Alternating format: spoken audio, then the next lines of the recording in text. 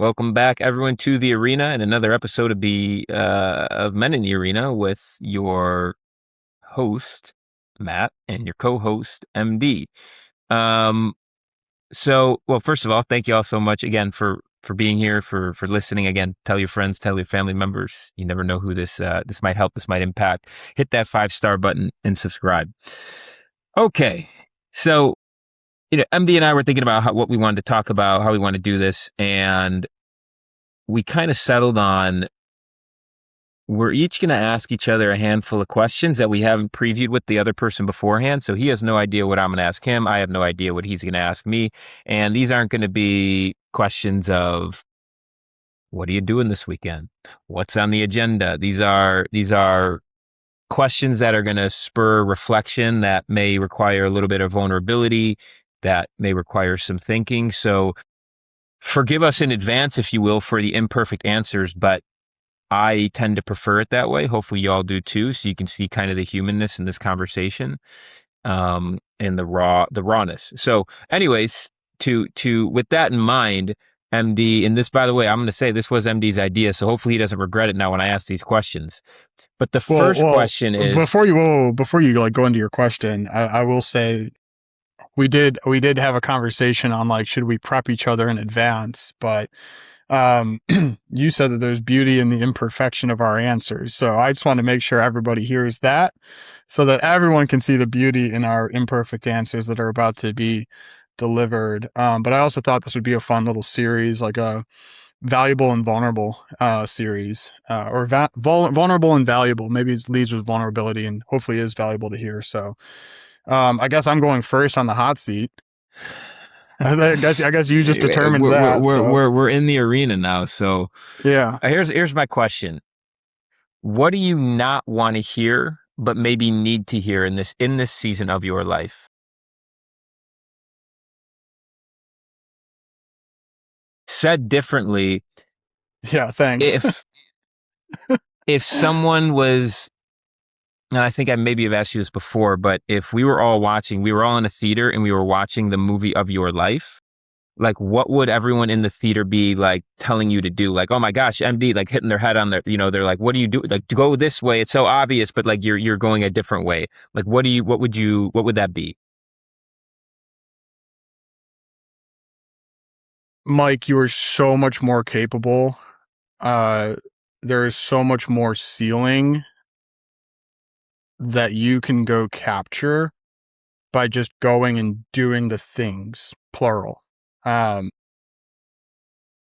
that's actually something that I've been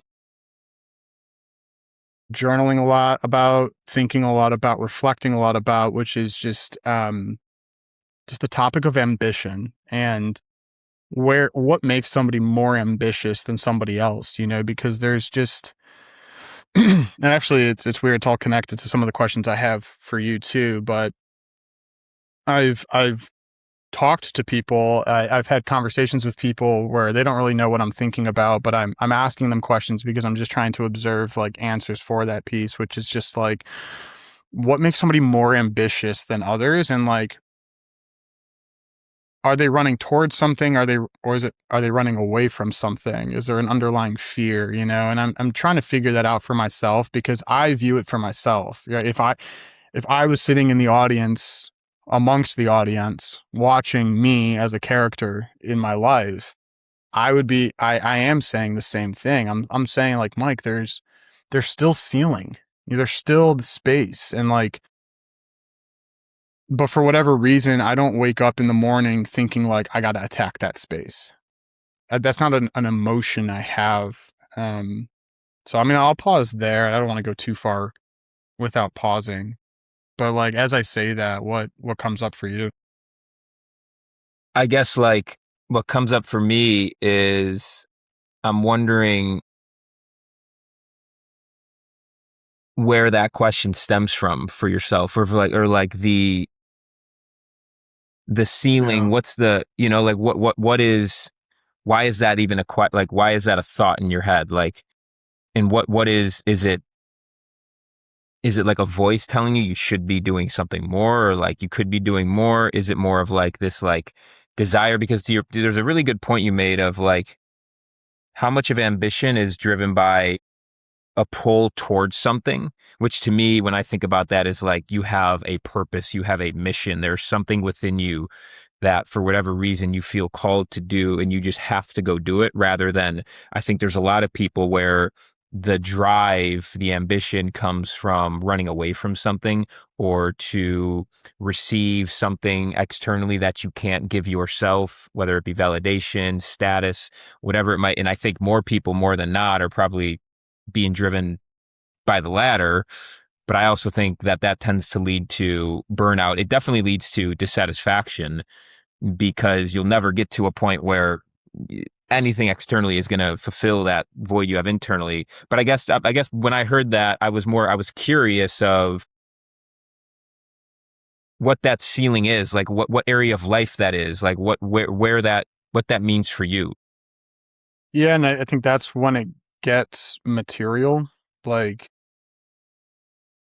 more, could I be gaining more financially? Could I be gaining more time freedom? Can I be um creating gaining and or creating more lived experiences?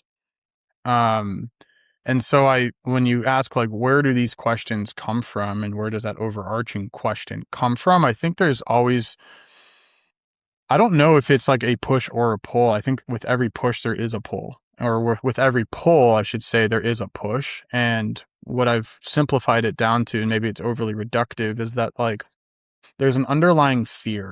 And if I had to put my finger on it, it's probably a fear of, like, wastefulness, a fear of, like, you have this one life. And, I go back to just the common, like, social media, I think, tends to put this image out there of, like, hey, you can go accomplish these things that are more material and quantifiable, right? Like, again, like, you could gain more financially. Well, how do I know that? Well, I see somebody on social media gaining more than me financially, right? Like, so it's just like there's this constant reminder that, like, pokes the bruise of this fear of, like, hey, Mike, you're doing really well. You can be centered in gratitude all day long, but with this one life you have to live, do are you operating at 100? Are you operating on 100 level of ambition right now? And I will tell you right now, I'm not. I And guess I don't what know I if that's the hear, answer, but that's something that I just wonder if you're the audience, you'd be like, Mike, like, you're here and you could do more. You have the I feel potential. I feel like the fact that you don't feel a pull when you wake up in the morning to go do some of those things or achieve some of those things, maybe it just means you don't value those things as much as someone else may, or what you see on, when you made the comparison of social media.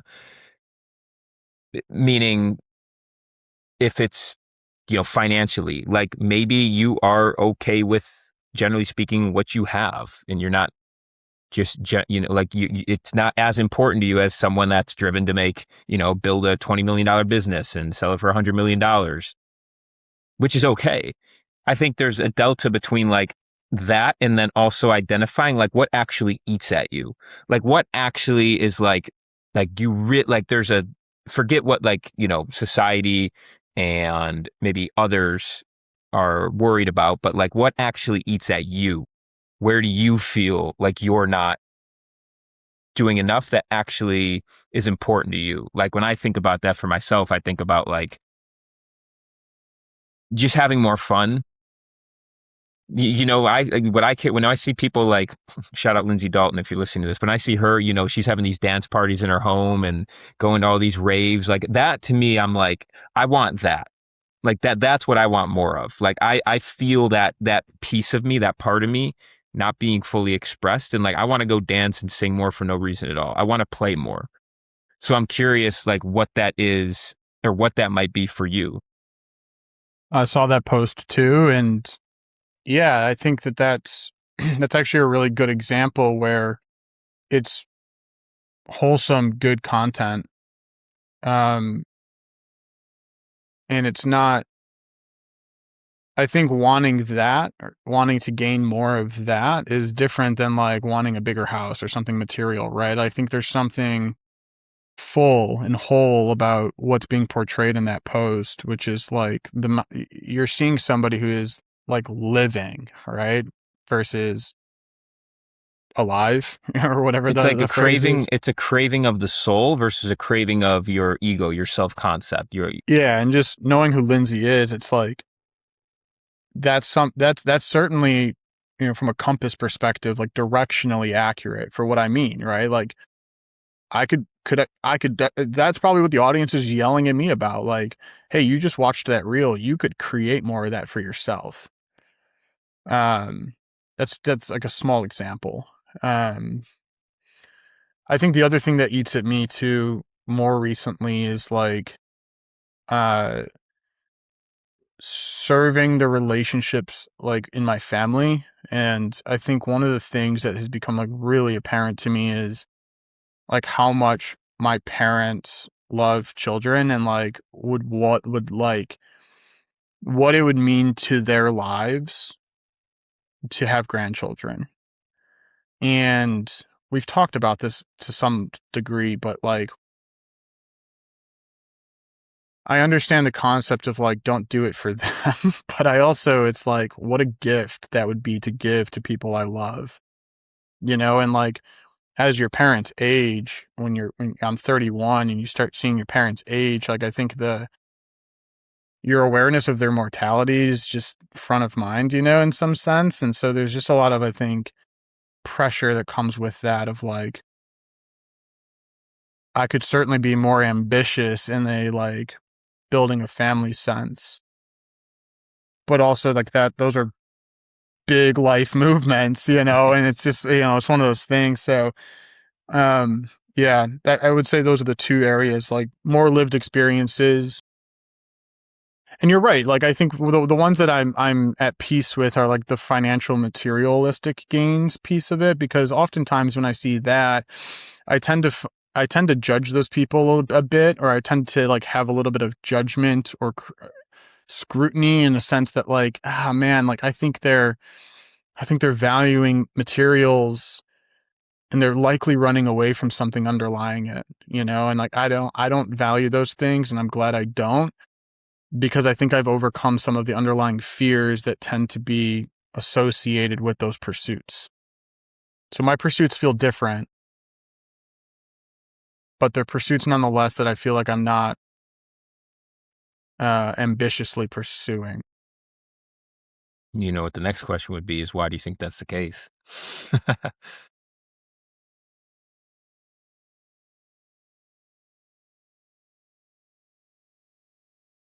Comfort, like the status quo hasn't been painful enough. There hasn't been enough of a rock bottom. I don't know. Like, and this actually segues great into my question for you, because I do think like so much of our actions, they come from a place of like there needs to be some catalyst. I would think, I guess. Um, Sometimes it's just a choice, though, I think, because all we, how we move throughout our day is just a series of patterns and habits. And so a lot of it, I think, is just having the awareness of those habits that maybe aren't serving us anymore. And in some cases, pain is obviously a strong motivator. And so it motivates us to make a change. But we can also just make that change. It just requires effort and energy to do so, and then do it again, and then do it again. Because, building habits takes time. And I mean, I even think about it in my own life of wanting to be on my phone less. I feel like I'm just always I don't doom scroll really that much or anything like that, but I just am like, I find myself habitually checking it. I'm going to the bathroom, checking. It's just stuff like that where I'm like, what am I doing here? Like, I'm just taking myself out of the present moment. And one of those things that I wanted to do was be on my phone less. And so I've been making a choice to not be on my phone first thing in the morning, at least for like the first 20, 30 minutes of the day. Like that's it. Like drink my water, take my vitamins, let my dog out, get to the gym, and then I can take it out. But for those first 30 minutes, going on a short walk outside with my dog Patty, there's going to be no phone, no notifications, no waking up to an email that something didn't work out or it did work out, whatever it might be, like giving myself that 30 minutes a piece. And it didn't take any sort of rock bottom to make that different choice. It just got to the point where I'm like, I recognize that this isn't serving me today and where I want to be. And so I'm going to do otherwise. But it's difficult to do so the first day, the second day, the third day, the fourth day, because we're habitual. It's what our brains are used to. And so it just takes energy and effort. Was there, could you look at that though? Something as simple and as small as detaching from this like habit with your phone. Is there an underlying fear of associated with, it's a funny example to be using these words with, but like, let's say it requires a hint of courage to just make the choice to operate with the discipline to just not check your phone first thing in the first 30 minutes of your waking day. Like, what's the yin and yang of that? Like, what's the underlying, is there an underlying negative to that? Is there an underlying fear associated with that? I feel like for me, it's more of just an act of self-love in this case. I just, at the end of the day, I want to feel good. I feel better when I'm not constantly checking my phone. I don't know that there's any, maybe very deep, that I can't see. I don't know that there's any fear. It's more of just an act that I think recognize doesn't make, like, I think I felt a little bit less present recently, or more easily distracted, and I don't necessarily want to feel that. So I got curious. I'm like, why am I, especially as a speaker on stage where I have to be present and know when I'm going to talk and being in the moment with people. It's very important to me, the act of mindfulness and being able to claim my focus. And so to me, it was more of just identifying something that was hindering my ability to operate in the way that I want to operate and ultimately feel more present and alive. And I think that's one, you think about digital detoxes. Obviously, this is a very small scale of it, but so I don't know. And maybe for you to take with you, and then I'll get into my question, but like, maybe it's, I want to feel better. I want to make an act of self-love here because I want to continue to reinforce a certain identity that, I am self-loving. And maybe the underlying fear is your actions, your behaviors are not congruent with the identity that you project to the world, right? Like that could be a fear that it's like, I'm a bit of an imposter if I, maybe there's this pressure you put on yourself to achieve a certain identity perception. Anyway, I'm wondering.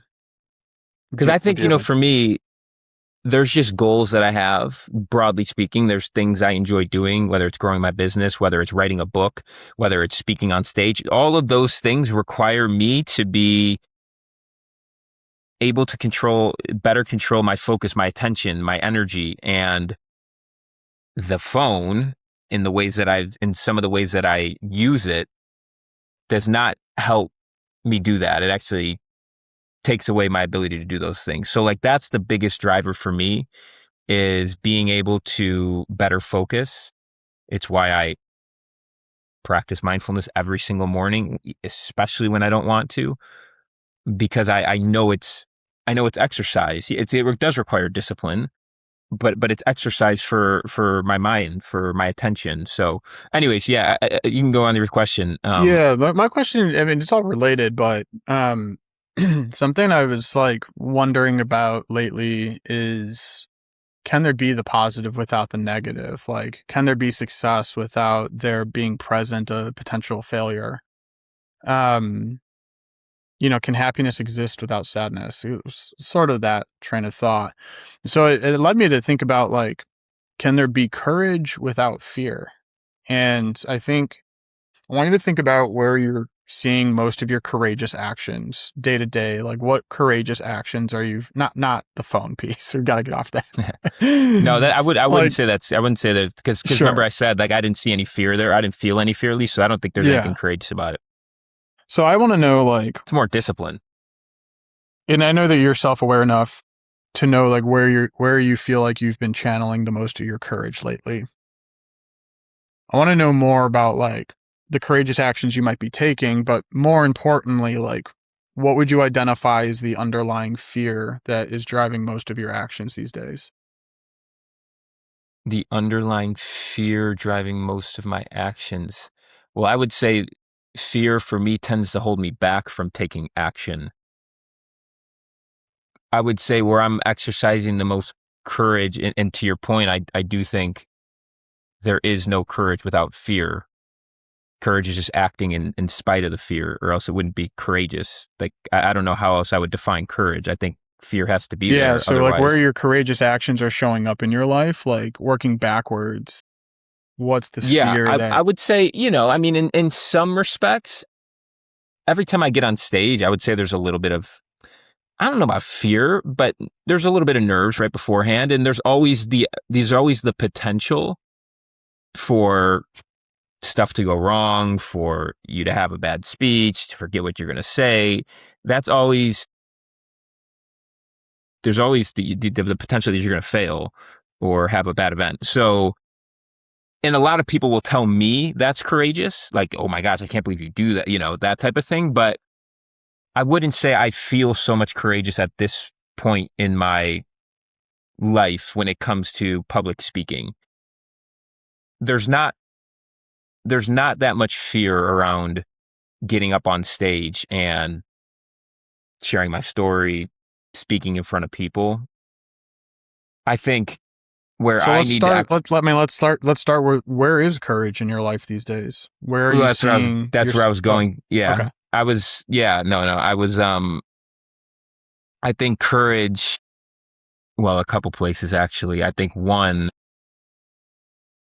that just came to mind, and I don't want to share specifics, at least on this yet, but I think just navigating interpersonal relationships and having difficult conversations.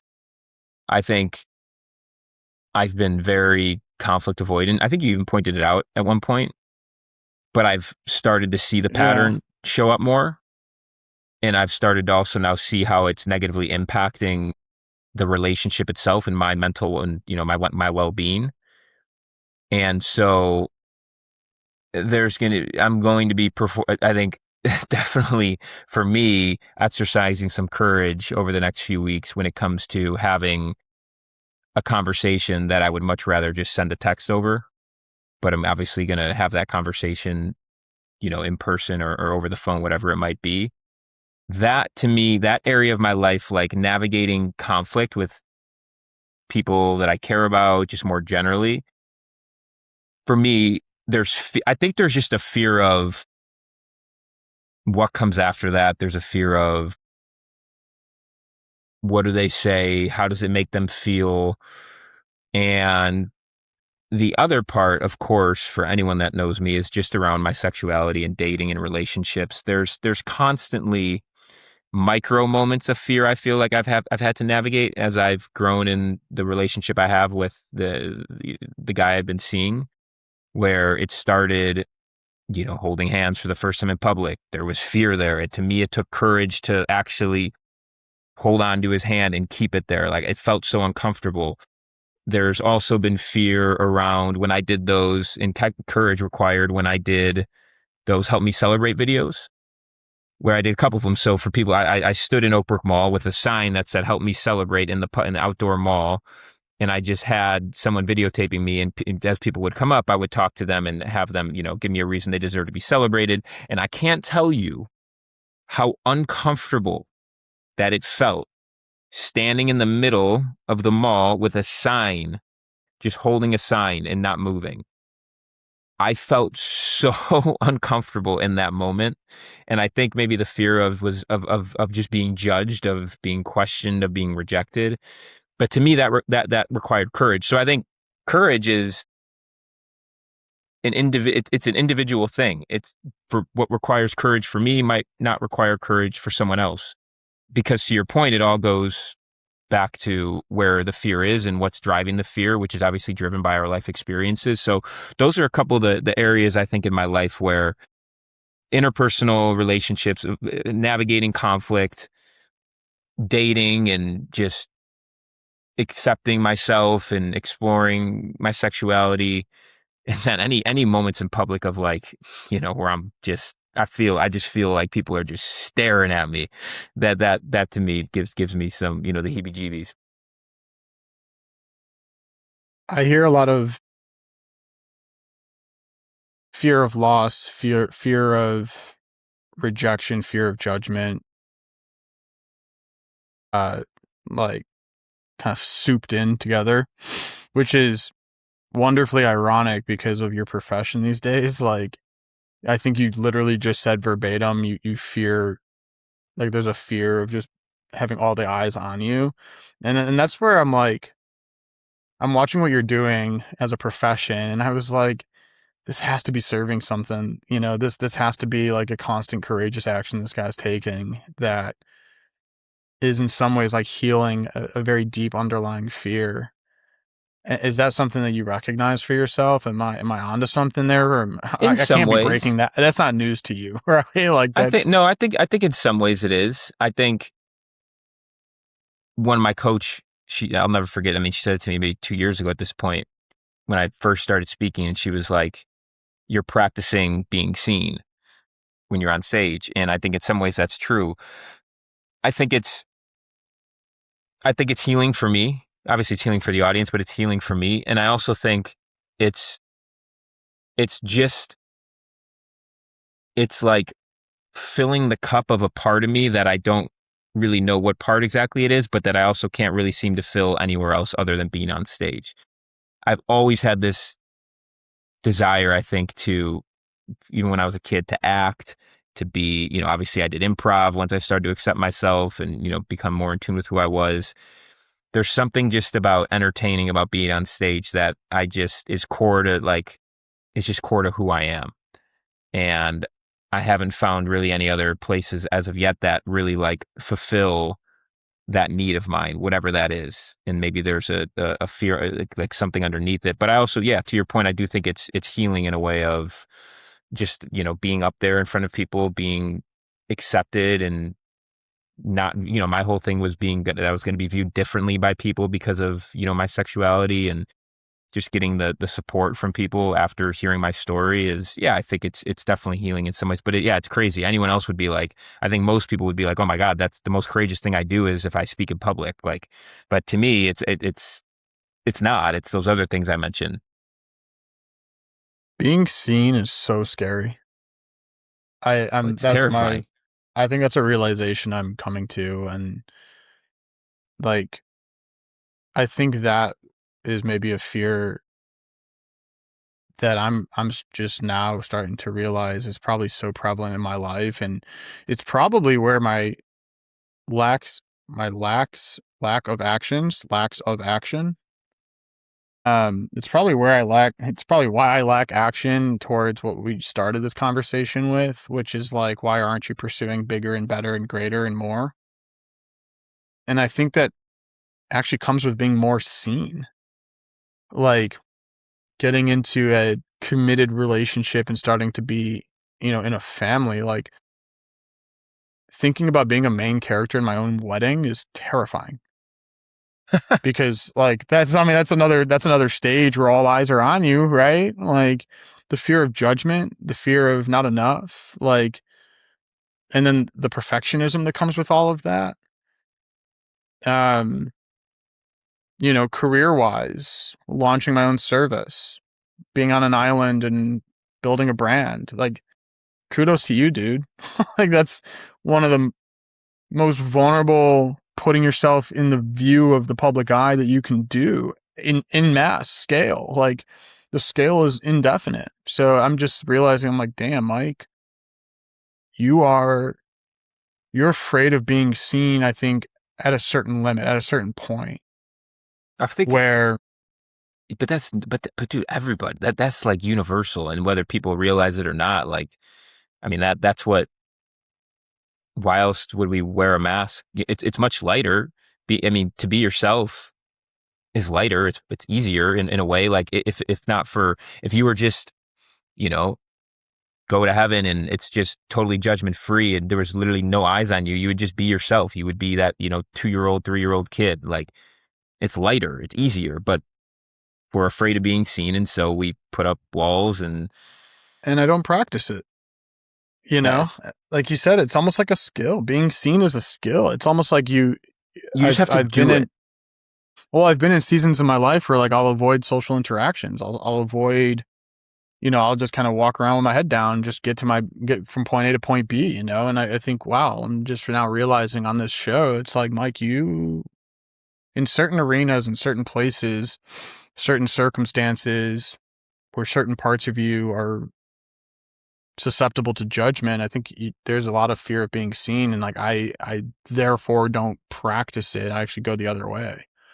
Anyway, Well, yeah, because I that's, think, I mean, I just can't even tell you how terrifying it was to like even tell my friend, my friend Bree, who like is like the most supportive person ever. Like, obviously I felt safe enough to tell her, but like, tell her that I'm attracted, not just to men, but to black men. Like, it was hard for me to even say that, to even speak those words. Even speaking them today, there's, yeah, because you're just showing a deeper part of yourself, or like, yeah, like, strip out all the armor. This is just like who I am. And obviously there's nothing wrong with that, but we've been told, in my case, my experiences, like, there's a lot of shame there. And so it's scary, it's vulnerable, but it's also, again, what makes life worth living. Like, to be truly seen and supported and accepted, where you don't have to be anybody else, is worth, the rejection you might get from someone else. Because what's the alternative? That's why I always ask myself, what's the alternative? Yeah, I can remain safe and I can have a hidden. fulfilling life, but You can yeah, like, hide. I get one shot at this thing called life, and maybe others won't know, but I'll know. I'll know what I'm doing, and I've got to live with I get to live. I don't say I have to. I get to live with myself, and that's that. So, again, it requires a lot of courage. It requires vulnerability. So it's not just once you understand this, it's not like, if you can't watching on video, like I'm putting like an upwards arrow. It's not like everything just gets easy to do. Like, you're still going to go up and down. You might go backward a little bit, then go back up, because it's hard. But if you're committed to walking that path, you'll get there on your own timeline, but you'll get where you're supposed to be. But you got to be committed, because it's much easier to go back into Yeah. the old habits, into the old patterns. Yeah, and then once you're seen in a light that you fear being seen in, and then you get the validation, that reassurance that, like, I'm sure the first time you were on stage and got positive feedback, it was like, whoa, I can do this, and like the fear like dissipates and the courage turns then into confidence. So I guess that's the prompt for the audience, talking about valuable. It's like, where in your life can you spot areas in which you feel a fear of being seen? Um, and then what actions does that disallow you to take? What are like the downstream consequences of your fear of being seen? Um, yeah, I'm gonna journal on that one later. And journal, What's your guys. next what's your Journals are next great. question? I'll give you my second one.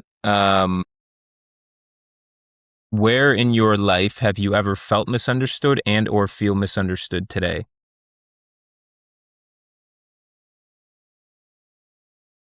Whew.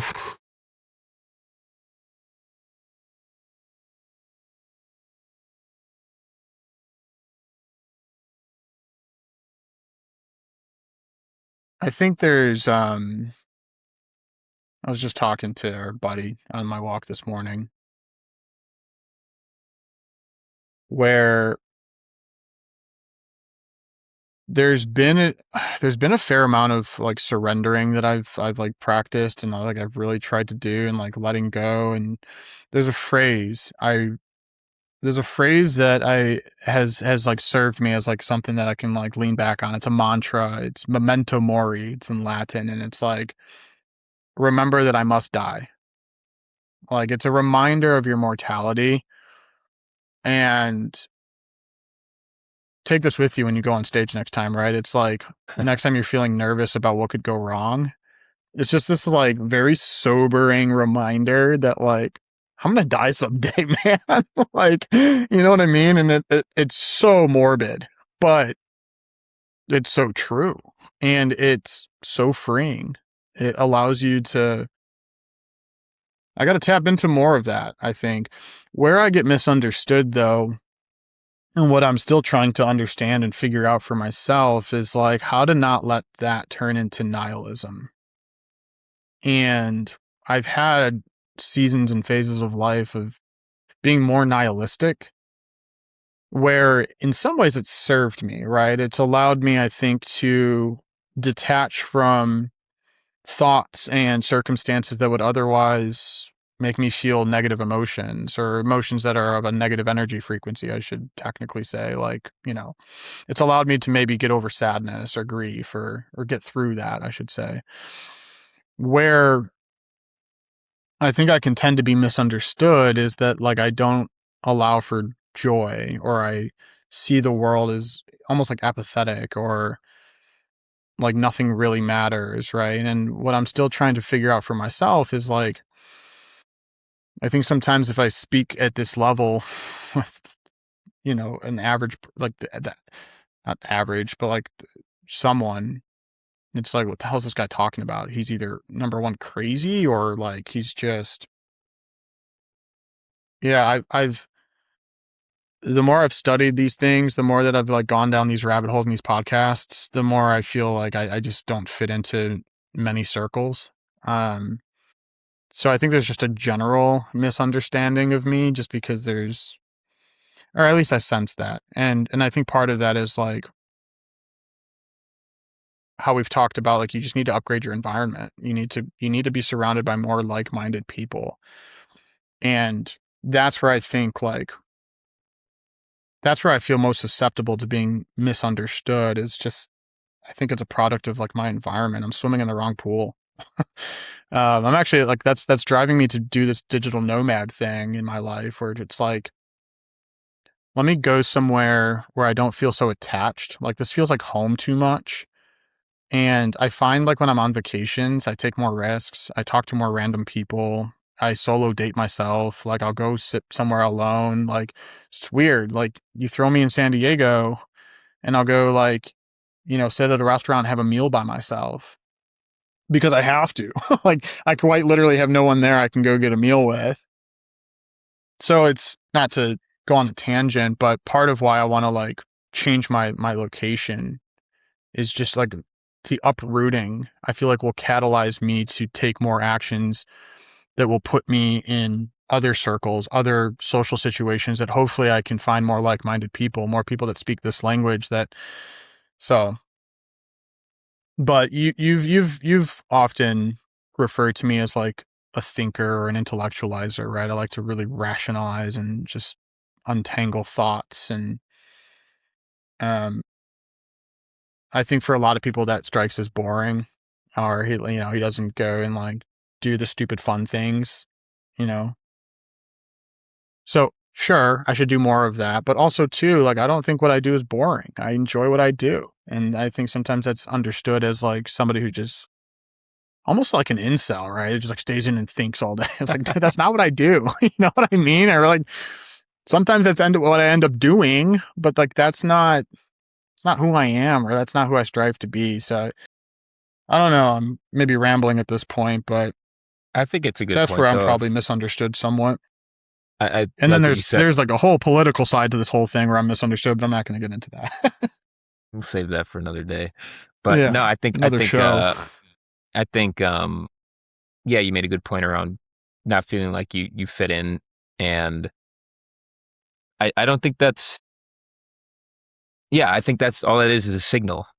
I think a lot of people will view that as a negative or a bad thing, but I think it's just a signal that you're in the wrong environments, and also like we are unique people. We shouldn't necessarily fit into a lot of like boxes. You know, I always think about the greatest compliment I feel like I've ever been given from our friend Shiloh when she told me she called me and we were talking on the phone and she said I was unique. I texted her after. I said, well, what makes you call, like, what made you say that I'm unique? And she was like, just that you don't fit into any stereotypes. Like at the time I was working, she's like, you're a corporate banker, but you're not like a finance bro. You go to the gym, but you're not a gym bro.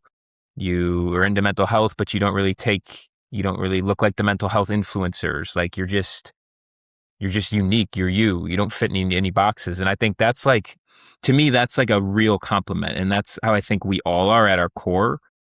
But for whatever reason, we try to fit into certain boxes that make us feel, safe or what we were told to do when we were younger and just kind of take it for granted and then not even thought about it. So you took off mute. So I'm assuming I spurred a thought.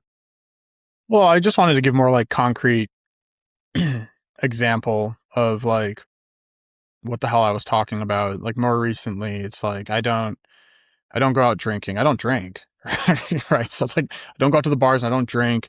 I don't go seek out a ton of different like activities. I don't go to cooking classes and whatever the hell or like activities are out there, right? Like I don't sign up for groups. I don't do a lot of just what you would define as activities, right? I take walks. I sit by the sun. I like the farmer's market. I journal. I read.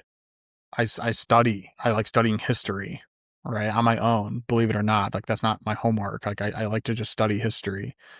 And then I work a ton of hours, right? Like when you look at that, I think actually more recently, somebody's like, do you ever just live a little? Like, do you ever do anything? Like, and I think sometimes I get perceived as I'm just boring. I don't do anything.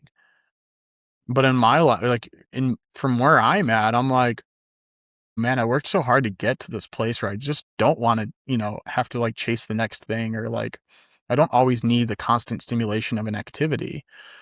And that was like almost like my visceral reaction to almost being told I was boring. I was like about to challenge this person and be like, well, what the hell are you running away from? Why do you always need to be doing something, huh? Like what are you avoiding, huh? Like what are your traumas? Like what do we have to unpack here, I didn't go that route, but like that's where I think I'm misunderstood is the extrovert that wants to go out and do things all the time. Like, what's wrong with me? And I'm like, I don't know, man. Like, stillness is plenty of activity for me. Hey man, So, to each their own. But let's we'll continue this. We'll continue this next week. I think 43 is a good time. So people, you got some good stuff to think about. Ask yourself the questions we asked ourselves, and most importantly, be honest.